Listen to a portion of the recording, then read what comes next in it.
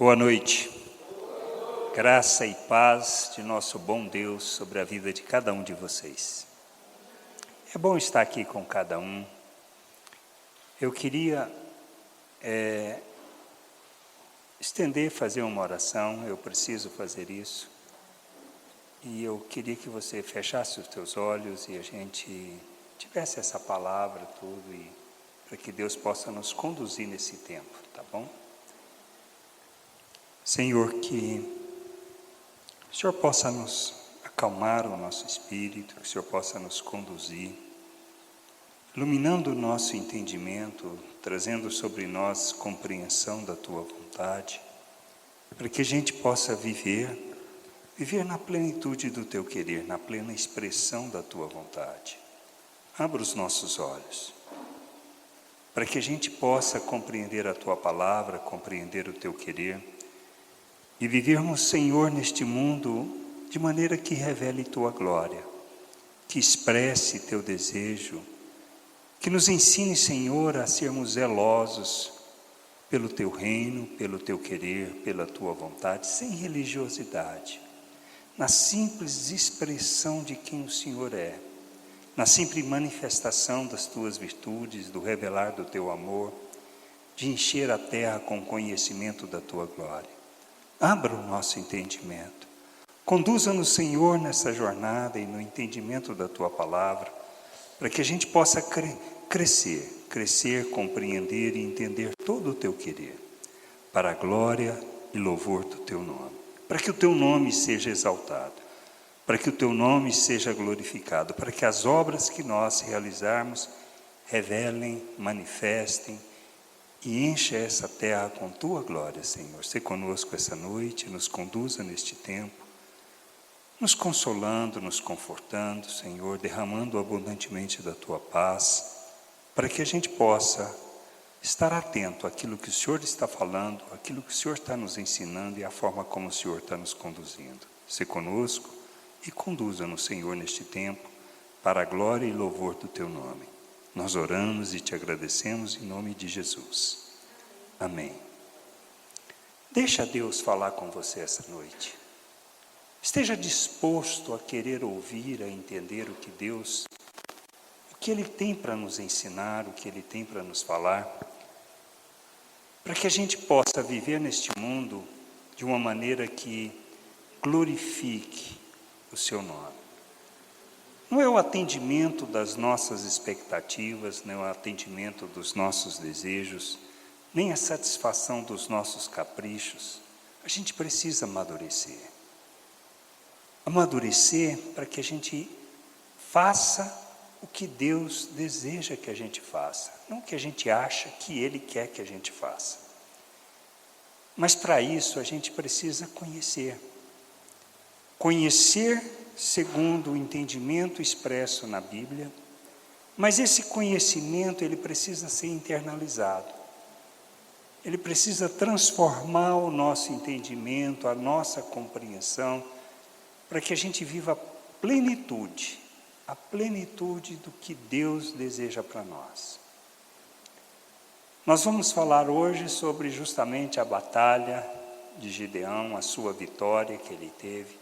E a gente tem muitas coisas para aprender e que fala de dependência de Deus, que é a nossa jornada, que fala da nossa jornada, da nossa vida, e nós precisamos entender o que significa depender de Deus. Talvez estejamos equivocados no nosso entendimento em muitos aspectos, mas faz parte da jornada. Mas eu preciso ser zeloso. Eu preciso desejar conhecer esse Deus. Eu preciso querer conhecer esse Deus, não da maneira como eu acho, como um divino, para atender às minhas expectativas, mas para conhecê-lo como Ele é, quem Ele é, para que eu possa viver segundo o que Ele planejou para nós como seres humanos. Ele nos criou com um propósito, e Ele nos chama com um propósito. A gente pode muitas vezes pensar que se trata de Deus vindo corrigindo os nossos erros, as nossas falhas, tomando rumo. Não, tudo isso que está acontecendo já estava planejado muito antes mesmo da criação do mundo. Antes mesmo dele nos conhecer, antes mesmo dele nos criar, Cristo já estava planejado, a vontade dele já estava planejado, o propósito da igreja já estava definido, tudo isso. E a gente precisa entender isso. E a gente precisa entrar neste bonde, neste trem, neste caminho, nessa jornada, para que a gente possa crescer, amadurecer.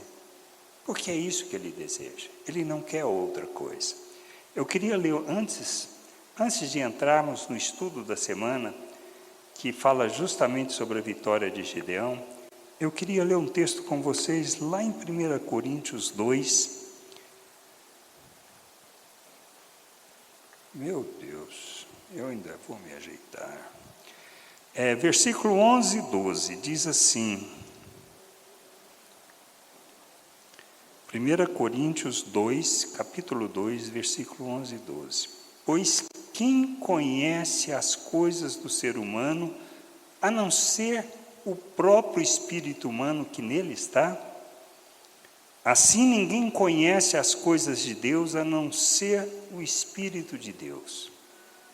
E nós não temos recebido o Espírito do mundo.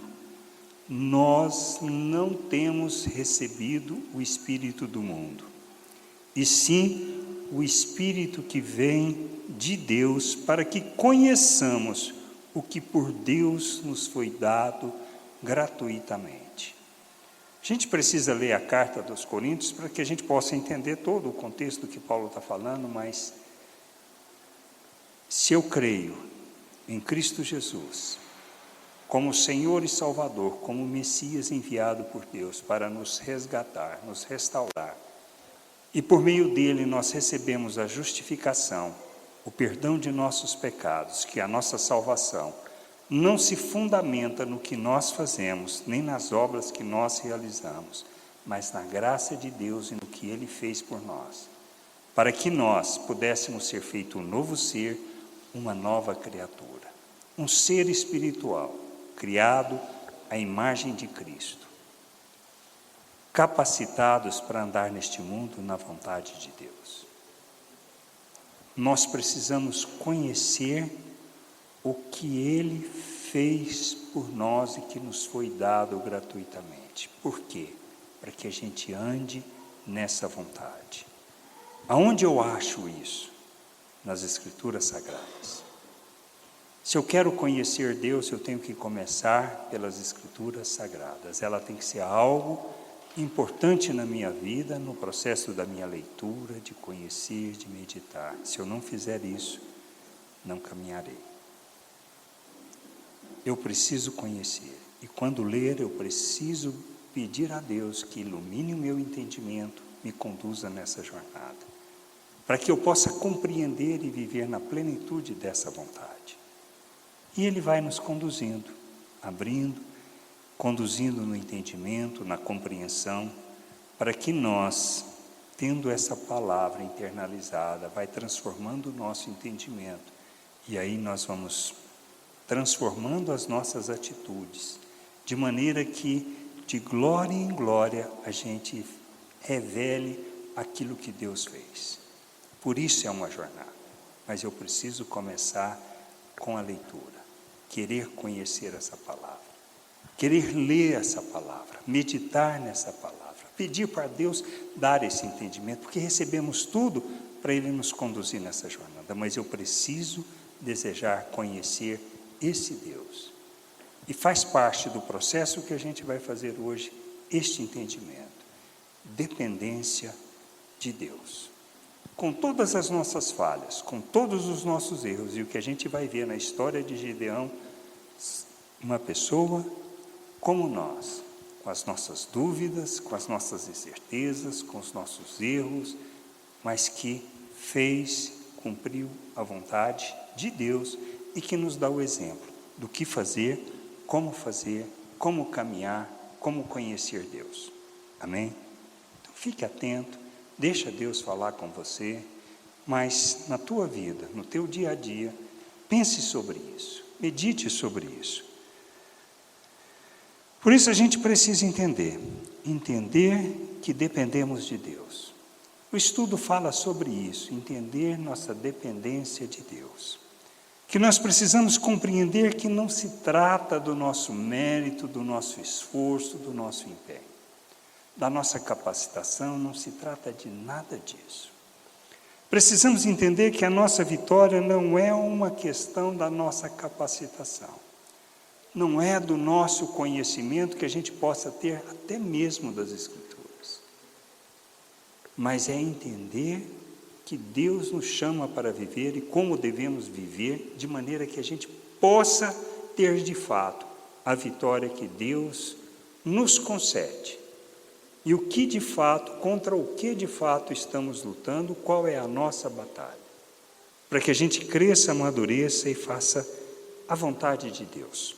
O texto base está em Juízes 7, de 1 a 22.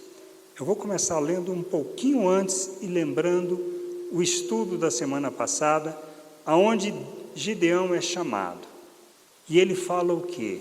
Que ele era o menor de todos e se sentia totalmente incapaz para fazer aquilo que Deus o estava chamando para fazer. E só isso resolveu a questão? Não. O que a gente precisa entender são esses passos que acontecem, e eu vou ler muito hoje mais o que está escrito para que a gente possa ter esse entendimento. Eu queria começar a leitura lá em Juízes 6, 33 a 35, tá? Que começa um pouco antes do texto base, para que a gente possa ver qual foi a atitude depois que ele entendeu o chamado que ele tinha. Diz assim, Juízes 6, 33 a 35, todos os medianitas, amalequitas e povos do Oriente se ajuntaram, passaram o Jordão e acamparam no vale de Jezreel. Então o Espírito do Senhor revestiu Gideão, que fez soar alarme, convocando os homens da família de Abiezer a segui-lo. Enviou mensageiros para toda a tribo de Manassés e também foi convocada a segui-lo. Enviou ainda mensageiros a Azer, a Zebulon, a Naftali, que foram se encontrar com eles. Esse é o chamado. Depois que ele entendeu o chamado, ele convoca essas pessoas todas para fazer parte dessa batalha. Mas o que aconteceu logo em seguida? Lá em Juízes 6, 36 a 40, seguindo o texto, diz assim, então Gideão se dirigiu a Deus dizendo, se realmente queres livrar Israel por minha mão, como disseste, eis que eu porei uma porção de lã na eira. Se o orvalho estiver somente nela e a terra ao redor estiver seca, então saberei que irás livrar Israel por meio de mim, como disseste. E assim aconteceu. No outro dia, Gideão se levantou de madrugada e, apertando a lã do orvalho que havia nela, espremeu uma taça cheia de água. Gideão se dirigiu a Deus, mais uma vez dizendo, não se acenda contra mim a tua ira. Se eu falar somente mais uma vez, mais esta vez, peço-te que me deixes fazer mais uma prova com a lã, que desta vez só a lã esteja seca e que haja orvalho na terra ao redor dela. E Deus assim o fez, naquela noite, pois só a lã estava seca e sobre a terra ao redor dela havia orvalho. O que Gideão está fazendo?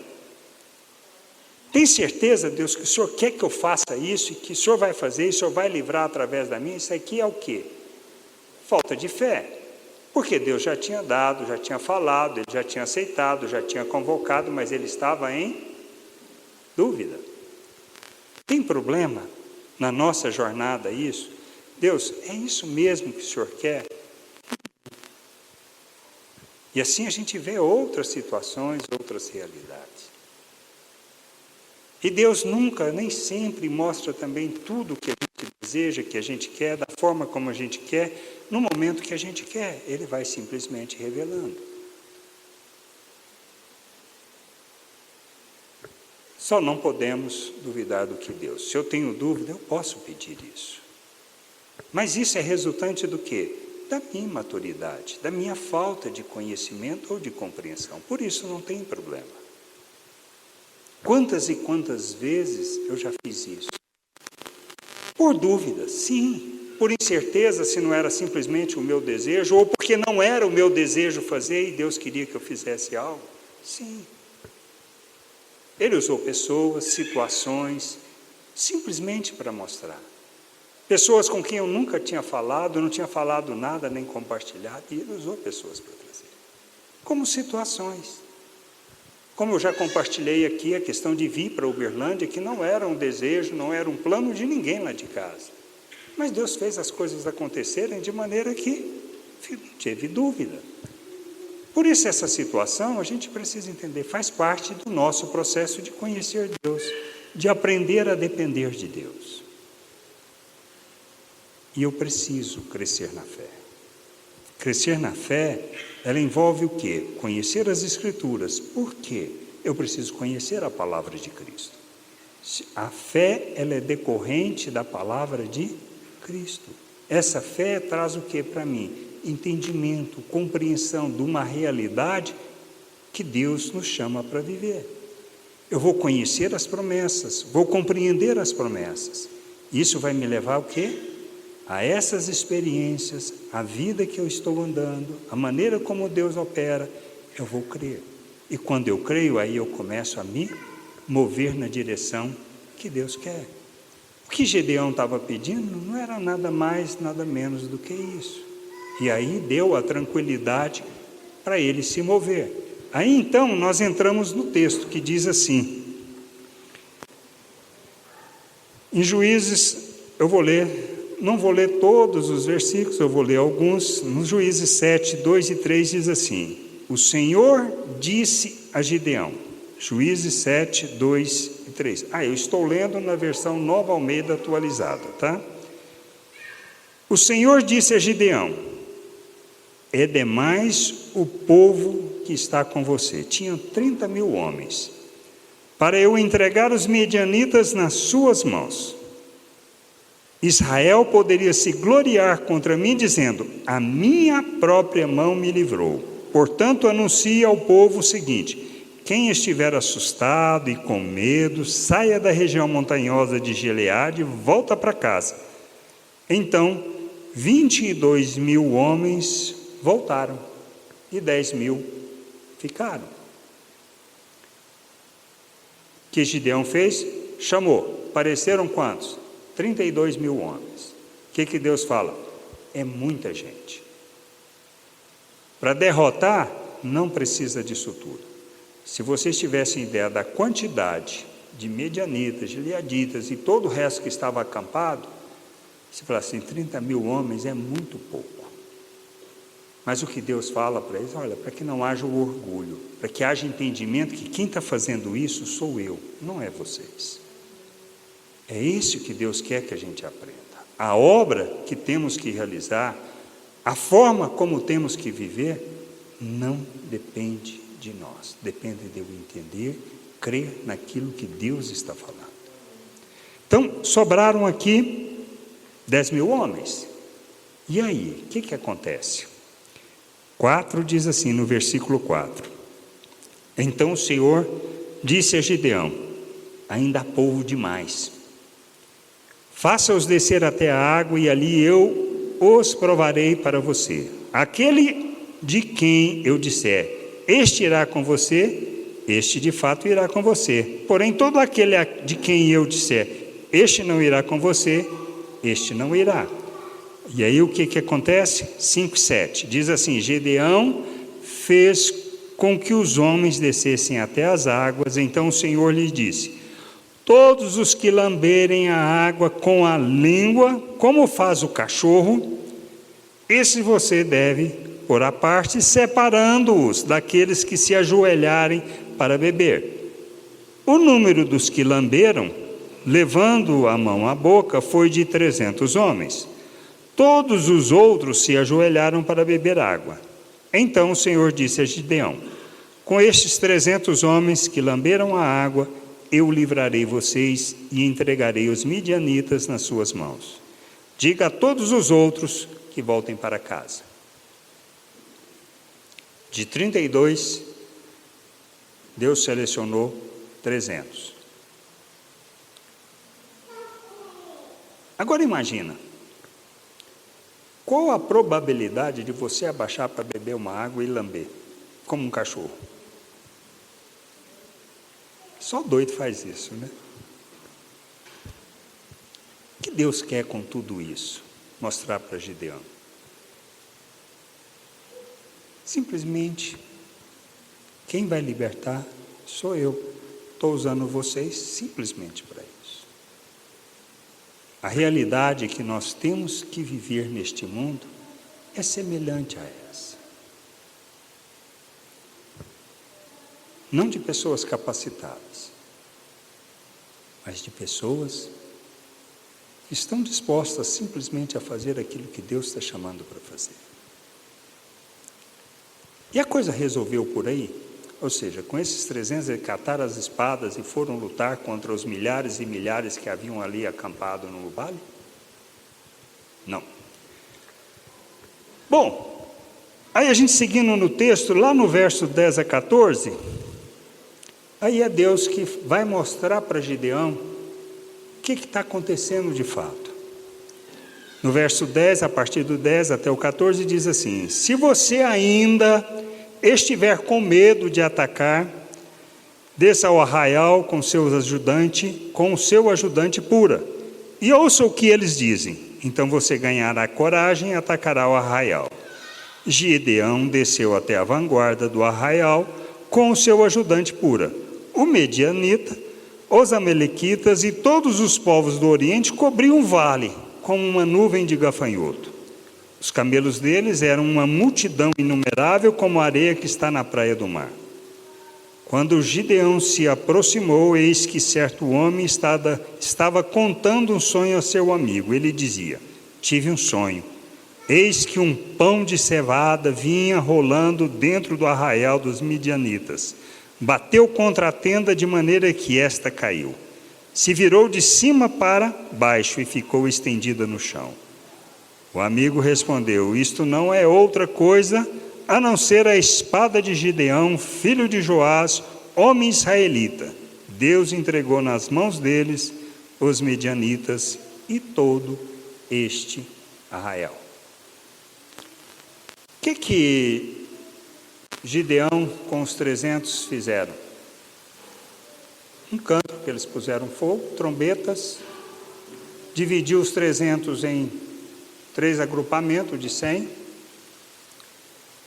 e o que eles fizeram foi só isso: tocaram as trombetas e bateram os cântaros. O resto, a turma bateu em retirada e começou a se matar. Eles não fizeram mais nada. Isto é o que aconteceu com Gideão, e foi assim que ele libertou Israel. Essa batalha é algo semelhante que nós passamos e enfrentamos na nossa vida. Por isso a gente encontra semelhança de texto, tudo, no Novo Testamento, que fala sobre isso. Diz assim, por exemplo, lá em Mateus 5,3, Jesus ensinando o Sermão da Montanha, logo no início, o primeiro ensinamento que Jesus começa a falar, ele fala assim: olha, bem-aventurado os pobres de espírito, porque deles é o reino de Deus. Pobre de espírito não é aquilo que a gente entende hoje, porque pobre de espírito é um pobre coitado que a gente acha. Quando Jesus está falando de pobre de espírito, ele está dizendo: olha, é aquele que se reconhece diante de Deus miserável. Eu não tenho nada que eu possa fazer ou dar para Deus. Estou completamente sem qualquer coisa boa que eu possa oferecer para Deus. Quem vai herdar o reino de Deus? Quem recebe, nós como os filhos de Deus, como devemos enxergar? Se existir em nós qualquer tipo de arrogância, de achar que a gente pode fazer qualquer coisa boa para Deus, nós não entendemos. Deus não quer nada que a gente possa oferecer a Ele. Qualquer coisa que você possa pensar, eu vou fazer isso para Deus, achando que pode, você está equivocado, eu estou equivocado no meu pensamento. Isto é pensamento natural, é pensamento da carne, porque eu não posso fazer nada para Deus e querer que Ele dê algum retorno para mim. Se eu acho que eu fizer boas obras, se eu fizer, por exemplo, toda a parte de assistencialismo, atender os pobres, tudo, e que Ele vai me dar a salvação, estou equivocado, não vai.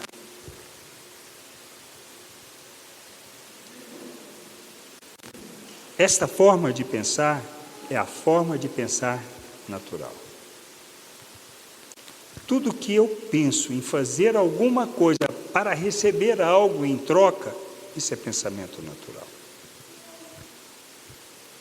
Se eu penso fazer alguma coisa boa para alguma pessoa, porque ela vai me dar alguma coisa boa, isso é pensamento natural. Por mais boa que seja a coisa. Está entendendo?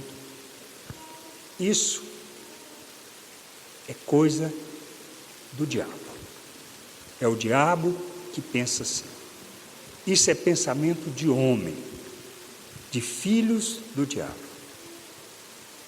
Nós somos chamados para dependermos inteiramente de Deus, tanto que Ele nos fez um novo ser.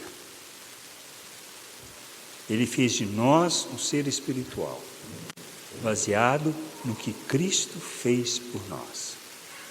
Na obra que Ele realizou naquela cruz, para trazer-nos o perdão, a justificação, para nos colocar na sua presença, fazer de nós santos, inculpáveis e irrepreensíveis. Essa é a realidade espiritual que Deus fez por nós. Por isso, eu preciso compreender tudo que Deus fez por nós, para que eu, tendo esse entendimento, creia nisso e viva segundo essas palavras. Então, a questão de ser pobre de espírito é o primeiro aspecto da nossa dependência de Deus, assim como Gideão dependeu completamente de Deus para ter a vitória. Ele não fez nada além de obedecer. Em 1 Coríntios 1, 26 a 29 diz assim: irmãos, considerem a vocação de vocês.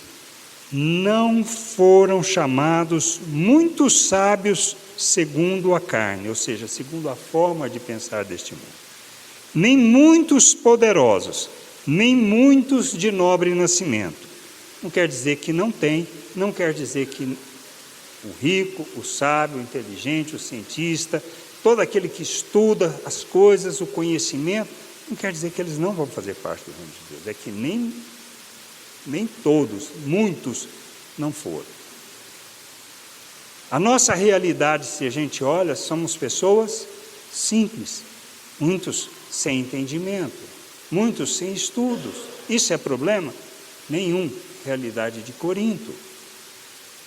Pelo contrário, Deus escolheu as coisas loucas do mundo para envergonhar os sábios, e escolheu as coisas fracas do mundo para envergonhar as fortes. E Deus escolheu as coisas humildes do mundo e as desprezadas e aquelas que não são, para reduzir a nada as que são, a fim de que ninguém se glorie na presença de Deus. Então a questão não é a minha origem, a questão não é a minha linhagem, a questão não é o quanto eu sou rico ou sou pobre ou o quanto estudei, mas o quanto eu me reconheço como sendo uma pessoa miserável diante de Deus para a realidade de Deus. Não para a forma de pensar deste mundo, não para as coisas deste mundo, mas o quanto eu sou miserável diante de Deus e que não tenho nada daquilo que eu possa fazer para agradá-lo, para satisfazer, para receber algum benefício. Nós temos a situação de Paulo, quando ele ora a Deus pedindo: Senhor, me cura. Ele tinha um espinho na carne, ele fala que orou 3 vezes, e qual foi a resposta do Senhor? Lá em 2 Coríntios 12, 9, fala assim: então ele me disse, a minha graça é o que basta para você, porque o poder se aperfeiçoa na fraqueza. De boa vontade, pois, me gloriarei nas fraquezas, para que sobre mim repouse o poder de Deus. E quando nós falamos de poder, nós não estamos falando de poder na mesma perspectiva deste mundo. Nós precisamos entender isso. Nós estamos falando de uma outra realidade. Poder para revelar quem Ele é. Poder para manifestar o Deus vivo e verdadeiro. Para ser expressão visível dessa glória no mundo. Jesus veio revelar o Pai, Ele veio revelar o Deus invisível. E Ele fez isso na maneira como Ele viveu. Não porque era de nobre nascimento, não. Porque Ele tinha poder segundo este mundo, não. Mas Jesus se colocou diante do Pai, na dependência do Pai, para cumprir a vontade do Pai, e nós somos chamados para ter a mesma forma de pensar. Para termos a mesma maneira de pensar e vivermos da mesma maneira. Vocês se lembram da situação lá no jardim, quando chegam os guardas com o servo do sumo sacerdote, Malco, Pedro arranca da espada e corta a orelha de Malco. O que Jesus fala para ele? Guarda. Eu vim para essa hora. Você acha que se eu não convocasse aqui uma legião de anjos, uma não, várias, não lembro quantas, não seria atendido? Ou seja, ele precisava dessa forma de agir do mundo? Não, ele estava ali para cumprir um propósito, cumprir uma vontade, e ele iria cumprir, porque para aquilo ele tinha vindo. E é esta questão que muitas vezes a gente precisa entender. Mesmo que eu possa fazer alguma coisa, tenha poder para fazer segundo o mundo alguma coisa, eu devo me sujeitar à vontade de Deus. E eu preciso ter esse entendimento sobre quando eu devo me submeter. Mas eu preciso entender como eu posso viver a vontade de Deus, posso andar na vontade de Deus, posso expressar Deus e revelar Deus nessa dependência. Lá em 2 Pedro 1, 3, 4, fala assim: pelo poder de Deus nos foram concedidas todas as coisas que conduzem à vida e à piedade, pelo conhecimento completo daquele que nos chamou para a sua própria glória e virtude. Por meio delas, Ele nos concedeu as suas preciosas e muito grandes promessas, para que, por elas, vocês se tornem coparticipantes da natureza divina, tendo escapado da corrupção das paixões que há no mundo. O que Pedro está escrevendo? Dizendo, olha, o que a gente precisa, recebemos. Nós somos coparticipantes da natureza divina, ou seja, nós temos o quê? A mesma natureza de Deus. E recebemos tudo para podermos rejeitar as paixões humanas. Paulo, escrevendo aos Romanos, no capítulo 6, verso 1 ao 4, diz assim: que diremos então? Continuaremos no pecado para que a graça aumente ainda mais? De modo nenhum. Como viveremos ainda no pecado, nós que já morremos para ele? Ou será que vocês ignoram que todos nós que fomos batizados em Cristo Jesus, fomos batizados na sua morte? Fomos sepultados com ele na morte pelo batismo, para que, como Cristo foi ressuscitado dentre os mortos, pela glória do Pai, assim também nós andemos em novidade de vida. Ou seja, a obra que Deus fez na nossa vida é completa. Isso que a gente precisa entender. Por isso, quando Paulo escreve e fala que nós, vamos dizer assim, que a obra de Cristo é plena e total, que Ele nos fez santos, inculpáveis e irrepreensíveis, nos colocando na presença de Deus, é uma obra plena. Como ser espiritual, somos completos. O que eu preciso? Ter o entendimento, ter a compreensão, crer nas promessas, saber que isso é fato e que eu posso crer. E aí, então, o que eu tenho que fazer? Me mover nessa direção. Qual é a direção que Ele nos chama para viver? A santificação. A santificação é o processo onde eu deixo de fazer as obras das trevas, porque eu fui capacitado para isso, para viver segundo as virtudes de Deus, porque Ele me deu, derramou na minha vida e me concedeu o Espírito para que eu possa viver segundo as virtudes de Deus. Escolha que eu faço, porque eu fui liberto do pecado. Dependo de Deus, dependo do que Ele fez, dependo da obra dEle, do entendimento que Ele me concede, para que eu possa compreender. Diante da situação, eu vou agir na carne ou vou agir segundo o Espírito? Quantas vezes nós agimos na carne? Pela nossa impetuosidade, pela nossa, aquele momento de ira que desperta, a gente faz isso. Mas o que eu tenho que pedir? Discernimento, para que nessas horas eu possa parar, contar até 10 ou 100 e responder como um filho de Deus. Não porque o outro merece ou não merece a resposta, não faz a diferença nenhuma. Quantas vezes Jesus respondeu aos religiosos, quantas vezes não, mas respondeu com sabedoria. E tudo isso que ele fez, nós podemos fazer. Porque ele fala, ele disse que podemos, que ele nos capacitou para isso. Agora, a gente precisa lembrar que o que nós desejamos, nem sempre é o que nós vamos ter. O que nós queremos, não é o que ele prometeu. Principalmente se a gente quer uma vida tranquila, sem problemas, sem dor de cabeça, nós não vamos ter. Abundância, a gente pode ter ou não ter, não vai fazer diferença nenhuma, porque eu preciso aprender como eu devo viver o meu dia a dia e aproveitar as oportunidades que ele me dá, seja deste mundo, ou seja das coisas que eu tenho que fazer do reino de Deus. É isso que a gente precisa aprender e compreender. Então, o que significa depender de Deus? Eu preciso aprender a olhar as coisas em outra perspectiva. Eu preciso olhar segundo os olhos de Cristo, eu preciso aprender a olhar segundo aquilo que Ele me fala.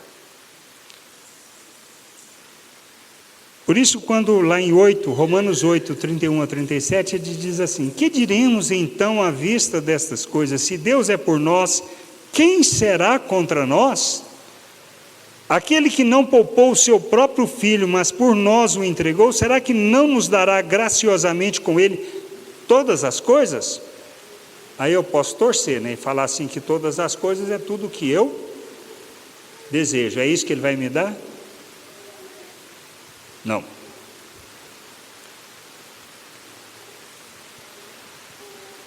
Quem tentará acusação contra os eleitos de Deus? É Deus quem os justifica. Quem os condenará? É Cristo quem morreu, ou melhor, quem ressuscitou, o qual está à direita de Deus e também intercede por nós. Quem nos separará do amor de Deus? Do amor de Cristo? Será tribulação, angústia, perseguição, fome, nudez, perigo, espada? Como está escrito: por amor de ti somos entregues à morte continuamente, fomos considerados como ovelhas para o matadouro. Em todas estas coisas, porém, somos mais que vencedores por meio daquele que nos amou. É nessa perspectiva que a gente precisa aprender a olhar, reconhecer dependência e saber, olha, não importa o que esteja acontecendo, não importa o que eu estou passando, não importa as tribulações, não importam as lutas, ou mesmo a minha situação de fome, de nudez, como Paulo relata dele. Em tudo isso, nada me separa do amor de Deus. E em tudo isso eu sou mais do que vencedor. E se a gente olha a realidade de Jesus, morto na cruz, 2 malfeitores ao lado dele, que resultado foi o seu ministério? Se a gente olha na perspectiva natural, 0. Mas em tudo aquilo estava a vitória de Deus. Porque é graças à sua morte e à sua ressurreição que ele nos resgatou. E é nisso que nós somos chamados para vivermos. E Jesus nos dá o exemplo, diz assim lá em Filipenses, que nós conhecemos tanto: tenham entre vocês o mesmo modo de pensar de Cristo Jesus, que mesmo existindo na forma de Deus, não considerou ser igual a Deus, algo que deveria ser retido a qualquer custo. Pelo contrário, ele se esvaziou, assumindo a forma de servo, tornando-se semelhante aos seres humanos, e reconhecido em figura humana, ele se humilhou, tornando-se obediente até a morte, e morte de cruz. Ou seja, ele nos dá o exemplo e uma forma de pensar que nós precisamos aprender e entender, que é para essa realidade que Ele nos chama para viver. Por isso, como a gente luta? Contra quem a gente luta? Qual é de fato a nossa luta que a gente enfrenta no nosso dia a dia e que a gente precisa entender que muitas vezes nós estamos cegos? Diz assim 2 Coríntios 10, 4-6, porque as armas de nossa luta não são carnais, ou seja, eu não luto contra a carne, contra o sangue, contra a forma de pensar deste mundo. A minha luta não é contra isto, tá? Nas pessoas que estão no mundo. Eu não luto contra as pessoas. Ele diz assim, mas poderosas em Deus para destruir fortalezas, destruindo raciocínios falaciosos e toda arrogância que se levanta contra o conhecimento de Deus, e levamos cativo todo pensamento à obediência de Cristo, e estaremos prontos para punir qualquer desobediência quanto a obediência de vocês estiver completa. Ou seja, a nossa luta não é contra este mundo, é contra uma forma de pensar, contra um raciocínio que ele fala falacioso, que nós também podemos dizer sofismas. O que são essas coisas? Parecem verdade, tem 99,999% de verdade e 1%, 0,01% de mentira. Que nos leva a ler, ver as coisas numa perspectiva natural. A nossa luta é contra uma forma de pensar natural. A nossa batalha não é contra a gente. É contra nós mesmos no nosso pensamento, na maneira como nós pensamos, na maneira como nós agimos, na maneira como nós reagimos.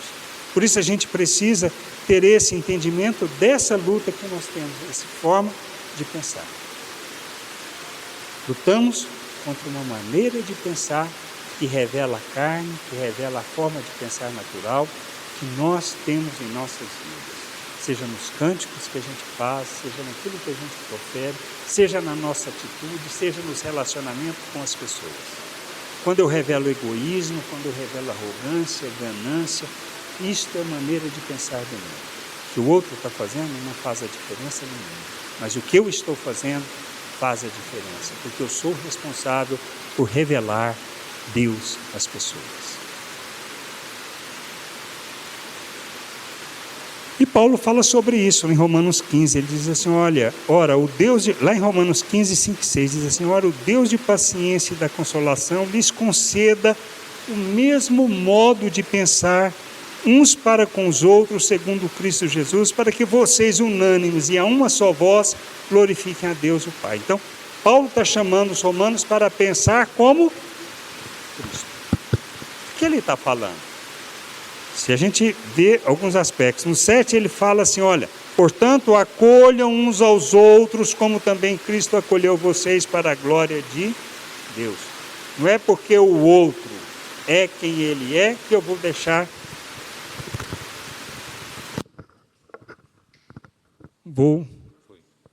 Obrigado. Não é porque o outro é quem ele é que eu vou tratá-lo mal, vou desprezá-lo. Eu preciso acolher e conduzi-lo ao conhecimento de Deus. Como eu faço isso? Como Cristo. Como Cristo fez conosco na nossa ignorância, eu preciso fazer com o meu irmão, com o meu amigo, meu colega de trabalho, independente de quem ele seja. Eu gostando ou não. Não se trata de gostar. Se trata de ter a mesma maneira de pensar de Cristo. Portanto, deixemos de julgar uns aos outros, pelo contrário, tome a decisão de não pôr tropeço ou escândalo diante do irmão. A banda pode subir. Assim que, pois sigamos as coisas que contribuem para... Tudo isso está em Romanos, tá? Romanos 14 agora, 19, 21. Assim, pois sigamos as coisas que contribuem para a paz e também para as que são para a edificação mútua. Não destrua a obra de Deus por causa de comida. Todas as coisas, na verdade, são puras, mas não é bom quando alguém come algo para que cause escândalo. É bom não comer carne, nem beber vinho, nem fazer qualquer outra coisa que leve o meu irmão a tropeçar. Esta é a mesma maneira de pensar do mundo. Paulo está discutindo aqui a questão de comida, mas o problema é comida? a minha atitude faz o meu irmão tropeçar, as minhas palavras faz o meu irmão tropeçar, o meu conhecimento e a minha fé faz o meu irmão tropeçar, se faz, eu posso até segurar a onda para pensar como Cristo, agir em favor dele para que ele possa crescer, conhecer a Deus. Por isso a nossa batalha não é contra pessoas, a ignorância das pessoas, o posicionamento político, filosófico, ou o que seja. A luta é contra nós mesmos, na nossa forma de pensar, para que a gente possa aprender a revelar Deus ao mundo. Acolha quem é fraco na fé, porém não para discutir opinião. Quem é você para julgar o servo alheio? Isso está lá em Romanos 1:4. Nós estamos julgando uns aos outros, estamos condenando uns aos outros, ou estamos nos fazendo oferta em favor do outro, sendo luz, deixando as obras das trevas, deixando a forma de pensar deste mundo, dependendo inteiramente de Deus, sabendo que somos conduzidos pelo Espírito, o Espírito que nos ensina. Como nós temos encarado a batalha? Contra pessoas ou contra essa forma de pensar natural?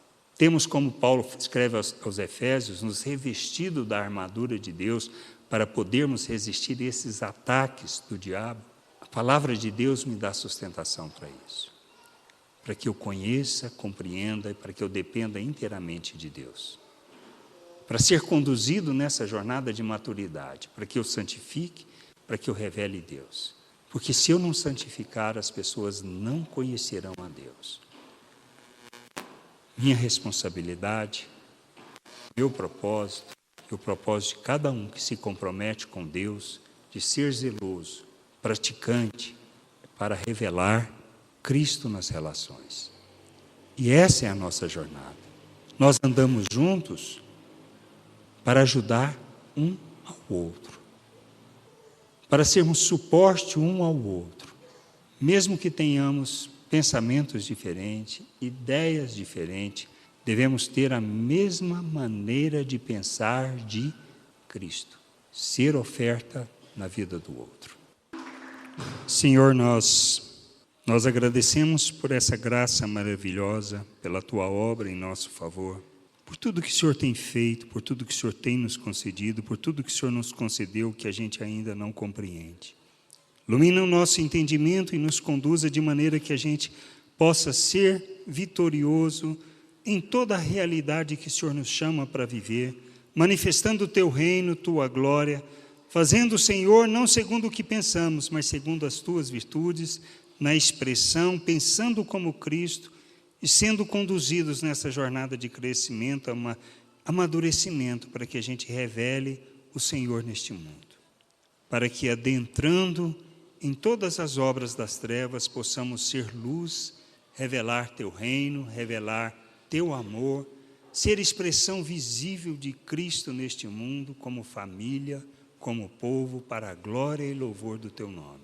Para que a terra se encha com o conhecimento da Tua glória, para que a igreja seja expressão em todas as situações visíveis do reino de Deus neste mundo. Se conosco, nos conduza em toda a compreensão, em toda a dependência, para que a gente deixe Teu Espírito nos guiar na Tua vontade. Nós oramos e Te agradecemos por tudo que o Senhor tem feito até hoje e pela maneira como o Senhor tem nos conduzido nessa jornada.